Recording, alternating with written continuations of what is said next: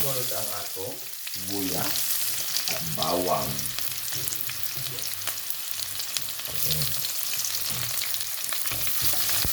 Hello everyone, my name is Jose Pistanes and welcome back to our cooking show. Ay magsaba ha kayo kaning ako arabang subak nyo.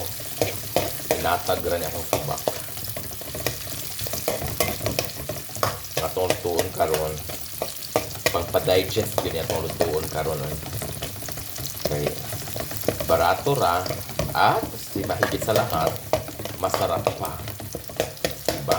Wala tayo mag-inarte no? Tayo mga OFW, Diyos ko. Hindi na tayo mag-inarte o ginoo ko. Samahan nyo ako mga kagurang. Inunod natin ang atong subak. Special kaya itong subak o diba? Dagko kay hipon at saka may baboy.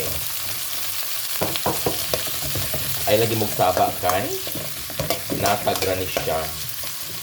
Para ba itong kibaw itong naghatag asa din natin paingon niyang kuhan. Takpan muna natin. Charang. Lagyan natin ng pampalasa. Lagyan natin ng konting toyo. Oyster sauce.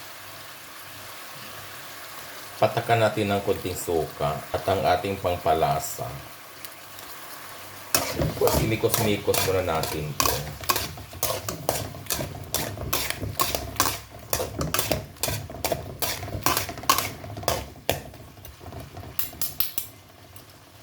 Takpan muna natin. Ayan, luto na ang atong subak. O diba? Ato kasang tilawan kung unsay kuwang, no? Be? Pwede na. Ato amo nang ilunod tong ato ang kaning steam, kanibang gahi ba? Gahi nga party sa kangkong. Nya mo ingon dahil mo na magsige lang kog lutog kangkong. Pagbuot dahil mo amo ni akong nakuha sa mo ang nataran. Para ni akong nakuan diri, gitanom. Oh, diba? Inikos-mikos gid siya maayo para mulambot ning kuan. Kaning gahi kangkong sa amo no, kaning gahi sa tangkong no, di man siya i-apil kanang dahon ra gyud pero naa ay kuan ani. Di day pwedeng di siya i-apil kay naa day ang sustansya aning kanang punuan sa tangkong. Takpan muna natin.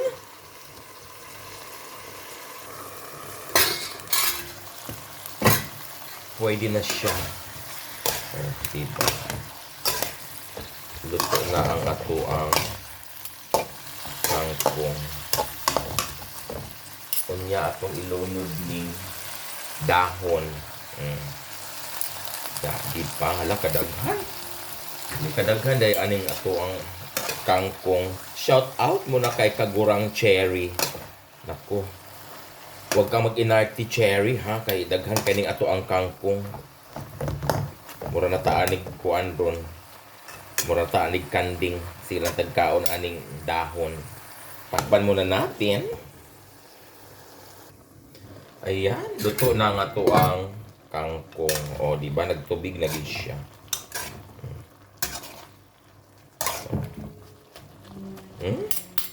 Atong tilawan ang tibuok tangkong.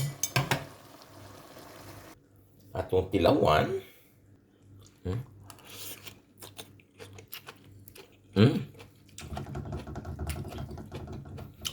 Lamig na kaayo. Mamahaw na ta. Tawag to sila Tawag ang mga silingan. Mamahaw ta. Thank you so much for watching.